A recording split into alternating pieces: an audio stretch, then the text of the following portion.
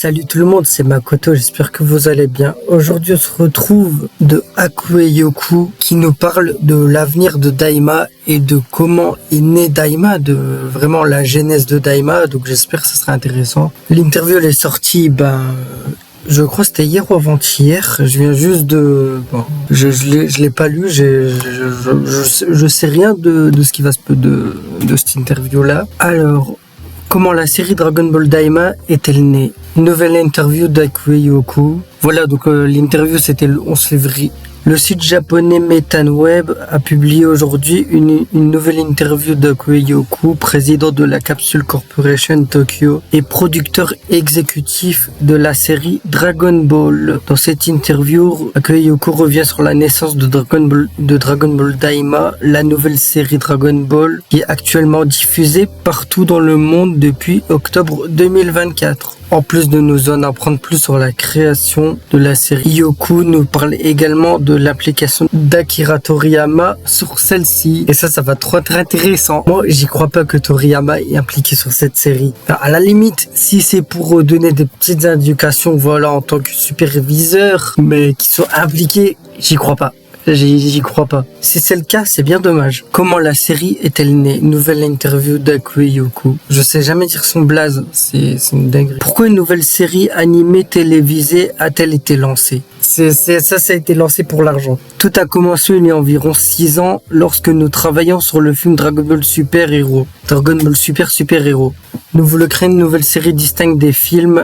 Alors nous avons demandé à Toriyama ce qu'il en pensait. Au début, nous avons prévu qu'il soit impliqué que légèrement, mais il a tellement été investi dans le projet qu'il a fini par presque tout gérer. C'est la première fois que nous créons une série télé à partir de zéro. Et je pense que Toriyama a trouvé cela passionnant. Alors déjà, là, c'est le début, c'est déjà... Non. Donc en fait, ce projet, Donc en fait, on va me faire croire que ce projet... a commencé il y a 6 ans. Enfin, 6 ans pour faire ça. Donc on va me faire croire que le projet là, il a commencé il y a 6 ans et que Toriyama était investi là. Non, c'est pas possible, c'est de la com. Non, c'est pas possible. Je le répète, mais qu'est-ce qu'ils vont faire avec la licence Dragon Ball là? Contrairement à un film qui a des contraintes de temps, ici nous avons plus de flexibilité pour développer l'histoire en échangeant souvent des idées. En effet, nous avons commencé la production de l'anime avant que l'histoire ne soit complètement terminée. C'est un peu comme une série de mangas hebdomadaires qui nous a permis de garder ce sentiment d'excitation vivant. Nous avons ciblé en priorité les téléspectateurs qui ont une trentaine d'années, qui ont grandi en regardant Dragon Ball GT et qui ont désormais leur propre enfant. L'idée était de créer une nouvelle série avec le même esprit que GT. Ah, c'est triste, hein, sachant que DBGT... Tout le monde s'en fout. En fait, est-ce qu'il y a des goodies de Dragon Ball GT en fait? Ah bah oui, ça existe bien. Donc effectivement, il y a des goodies de Dragon Ball GT, mais bon, c'est pas... Enfin, quand on dit figurine Dragon Ball, quand on dit produit dérivé Dragon Ball, voilà, tu penses à Super, tu penses à Dragon Ball, mais tu penses pas à GT quoi. Enfin... GT, c'était sympathique, GT, mais c'est pas... Enfin voilà quoi. Notre objectif principal était d'attirer un public large. Attends quoi? Donc là il dit qu'en priorité il voulait attirer le public qui ont grandi avec Dragon Ball GT. Mais une phrase plus loin il dit qu'il voulait attirer un public plus large. Donc est-ce qu'en fait le cœur de cible c'était les fans de DBGT et pour le reste emmener aussi un large public? Enfin je sais pas. Enfin ils savent pas quoi faire avec la licence DB. L'idée était de créer une nouvelle série avec le même esprit que GT. Notre objectif principal était d'attirer rétrospectivement. Le fait de réduire la taille de Goku a élargi le point d'entrée pour les téléspectateurs. Au départ, nous ne nous attendons pas à ce que tous les personnages rétrécissent, mais bien sûr, c'était l'idée qu'a eu Toriyama. Ouais, mais l'idée elle est un peu conne. Moi je comprends pas trop ce move en fait. Parce que à la fin de Dragon Ball, Goku c'est le personnage le plus puissant de DB. Mais là tu fais un Daima qui se passe après Boo et tu rapetissis Goku, donc ça crée une frustration du public. Et en plus Goku, il y a plus de 60 piges quoi. Ouais non, l'idée elle est claquée hein. Enfin, que ce soit même dans GT, l'idée, elle était pas folle. Hein. Si GT signifie grand tour, à travers l'espace, Daima raconte une aventure dans le grand royaume des démons. Le grand royaume des démons qui est pas si démoniaque, mais bon. Contrairement à Super qui se concentre sur la force croissante de Goku, cette série adopte une approche différente, le montrant en train de se battre de manière dynamique avec son Yoibo. Ouais, mais on s'en fout en fait. Enfin, ok, c'est sympathique de le voir Goku avec son bâton, tout ça. Voilà. Mais là, tu fais un Goku dans le royaume des démons. Je comprends pas le move en fait. Enfin, c'est comme si tu faisais.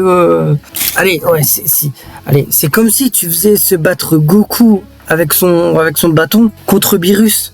Enfin voilà, l'échelle elle est pas... Et que si Beerus se faisait battre par le bâton de Goku, voilà, c'est pas... Enfin... Ce serait pas fou. Enfin, Beerus, on s'en foutrait, tu vois, enfin... Et même, ce qui a fait la grandeur de Dragon Ball, même si, moi, j'aime bien Dragon Ball, la première partie, elle est cool, tu vois, mais ce qui a fait la grandeur de Dragon Ball, c'est pas la première partie, hein, c'est plus Dragon Ball Z, hein. Mais en vrai, on s'en fout. Que Goku se bat avec son bâton, c'est sympathique 2-3 minutes. Mais sur une série complète, j'en vois pas l'intérêt. Hein. Toriyama a souligné que de nombreux personnages d'aujourd'hui ne connaissent peut-être pas l'histoire originale sur la collecte des Dragon Ball et l'affrontement des ennemis puissants. Attends, quoi? Attendez là, mais qui en 2025 connaît pas Dragon Ball? Attends, c'est quoi ça? Non mais sérieusement, qui en 2025 connaît pas Dragon Ball? Je suis sûr que si tu poses cette question à n'importe quelle personne pas fan de manga, si tu lui dis Dragon Ball, il connaît forcément Goku. Je sais pas, Dragon Ball, c'est une œuvre mondialement connue. Enfin, limite, Dragon Ball, c'est le Mickey japonais. C'est de la folie, mais là, c'est du troll, hein, cette interview, c'est pas possible. Enfin, limite, Dragon Ball, c'est l'une des œuvres les plus connues. C'est le patrimoine culturel. Là, on ne parle pas de My Hero Academia, on ne parle pas de Oui, on te parle de Dragon Ball. C'est comme si on avait George Lucas qui faisait une interview et qui se pose la question, est-ce que les gens connaissent Star Wars? Mais c'est normal, mais les gens connaissent Star Wars comme les gens connaissent Dragon Ball. Enfin, c'est de la folie, ça. C'est une dinguerie, ça. Non, mais on est où, là? C'est du troll, là. C'est du troll. C'est ChatGPT qui a fait ça. Enfin, c'est pas possible. Nous avons donc veillé que l'histoire soit facile à comprendre pour les nouveaux venus, tout en montrant clairement la croissance de Goku, même après avoir été rajeuni. Après, Goku qui se fait mettre en PLS par une armée.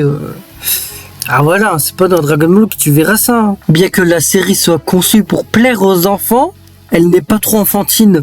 Non, elle est pas trop enfantine. Goku qui fait des blagues de paix. Neva, quand il marche, il pète. Non, c'est pas trop enfantin du tout. Nous devions nous assurer que les personnages et l'histoire restent captivants. Ah, parce que là, Daima, c'était pas captivant du tout. Hein. Daima, c'était plus soporifique qu'autre chose, hein, Daima. Nous voulons que les parents se sentent encouragés à regarder la série avec leurs enfants. C'est pourquoi nous avons prêté une attention particulière à la présentation. Ça, pour le coup, le côté avec la présentation en début d'épisode à chaque fois, moi j'aime bien. La présentation à chaque début d'épisode, moi clairement j'aime bien. Daima se déroule après la saga Majin Buu, mais comment s'intègre-t-elle exactement dans la chronologie plus large de Dragon Ball? C'est vrai que c'est une bonne question. Toriyama a personnellement écrit de l'histoire et elle est directement liée à la saga Majin Buu. Nous voulons souligner à quel point tout est interconnecté. Par exemple, j'ai été choqué d'apprendre que tous les personnages aux oreilles pointues sont originaires du grand monde des démons. C'est un détail que Toriyama avait en tête depuis des années. J'y crois pas des masses. D'ailleurs, ce côté monde des démons, je sais pas à quoi ça va servir à l'avenir. Je sais pas s'ils vont s'en servir à l'avenir, mais bon. Majin Buu et Majin Buu. Nous n'imposons pas de nouvelles idées à l'histoire, nous découvrons des éléments qui étaient déjà présents dans le monde de Dragon Ball. Nous ne voulons pas trop nous éloigner du cœur de la franchise. Bah là, franchement, avec tout ce qui a, toutes les incohérences, le fait que Piccolo parle pas d'un mec, le fait que Shin a défusionné, ah là, il se sent un peu éloigné de Dragon Ball. Hein. J'ai l'impression Daima, c'est le plus gros échec de la licence. Mais bref. Mais en même temps, nous devons innover pour que les choses restent passionnantes. Trouver cet équilibre est le défi. En fait, j'ai l'impression, je sais pas. En fait, j'ai l'impression, en regardant cette interview, j'ai l'impression qu'ils savent pas où ils vont, les mecs, en fait. Enfin, moi, ça me rassure pas trop. Ça me rassure pas. En fait, j'ai l'impression, les gens savent pas. J'ai l'impression, en fait, ils savent pas où ils vont. Moi, personnellement, quand on me dit une Dragon Ball Room, moi, je m'attends à voir des experts du manga Dragon Ball. Voilà, je m'attends à des personnes. Mais en fait, je m'attends à des personnes qui connaissent l'univers Dragon Ball, qui connaissent le monde de Dragon Ball sur le bout des doigts, en fait. Alors que là, ouais, non. Enfin, je sais pas, ils ont une mine d'or avec l'univers Dragon Ball. Et ils en font ça. Ils en font ça. Ils en font un Dragon Ball Daima. Enfin, je sais pas. Racontez-nous l'histoire de Muten Roshi. Racontez-nous. Je sais pas. Déjà, la première étape, c'est de faire un remake de Dragon Ball. Enfin, je sais pas. Les planètes, elles étaient alignées. C'était les 40 ans de Dragon Ball. Fallait en profiter pour faire un remake. Pour faire un animé de saison de 25 épisodes. Ou l'animation la Daima. Voilà, tu fais une animation la Daima, tu fais un remake. Là, je suis persuadé, tu touches toutes les cibles. Tu touches les jeunes qui veulent découvrir Dragon Ball et tu touches les anciens. Voilà. Enfin, faut pas être un pro de la communication pour avoir cette idée, quoi. Enfin, n'importe qui peut avoir cette idée. Enfin, c'est l'idée la plus logique, en fait. Nous ne savons pas comment Daima sera reçu, mais nous voulons atteindre un public mondial. Dans certaines régions, Dragon Ball est vu au même niveau que les séries télévisées en prise de vue réelle. Nous devons donc réfléchir à la manière de le positionner stratégiquement. Ce n'est pas seulement un animé, c'est un phénomène culturel mondial. Ils se foutent de la gueule du monde, en fait. Vous savez pas comment Daima allait être reçu. Enfin, je sais pas, il y a juste à faire... il y a juste à faire une petite recherche sur Internet ou faire une recherche sur Twitter pour voir que Daima est vraiment critiqué. Là, je sais pas où ils vont avec la licence Dragon Ball. Hein. J'ai l'impression que la licence Dragon Ball est morte, en fait. C'est une dinguerie, ça. Que le boss de Capsule Corp te dise « Nous savons pas comment Daima sera reçu. » Mais c'est... Dernière question. Quel est l'avenir pour Dragon Ball ? Produire des animés de jeux vidéo prend du temps, mais nous nous préparons sans relâche pour l'avenir. Nous voulons atteindre encore davantage de la franchise. Il ne fait aucun doute que Dragon Ball continuera à exister pendant des décennies. L'épisode final de Daima sera diffusé le 28 février, promettant une conclusion palpitante. Il y a des scènes d'action incroyables et des rebondissements inattendus. Vous pourriez penser avoir compris l'intrigue, mais nous allons vous surprendre. Revoir la série depuis le début pourrait révéler de nouveaux détails. Bon, au final, ce qu'on avait dit, c'était vrai. Hein. Dragon Ball Daima, c'est vraiment pour les enfants. Je fais cette petite outro le lendemain parce que j'avais complètement zappé de faire l'outro de la vidéo. Et en fin de compte, on avait raison. Ils savent vraiment pas où est-ce qu'ils vont avec la saga Dragon Ball, avec la licence Dragon Ball. Et franchement, c'est triste. Là, l'épisode 18 va sortir dans même pas quelques heures. Donc à 18h...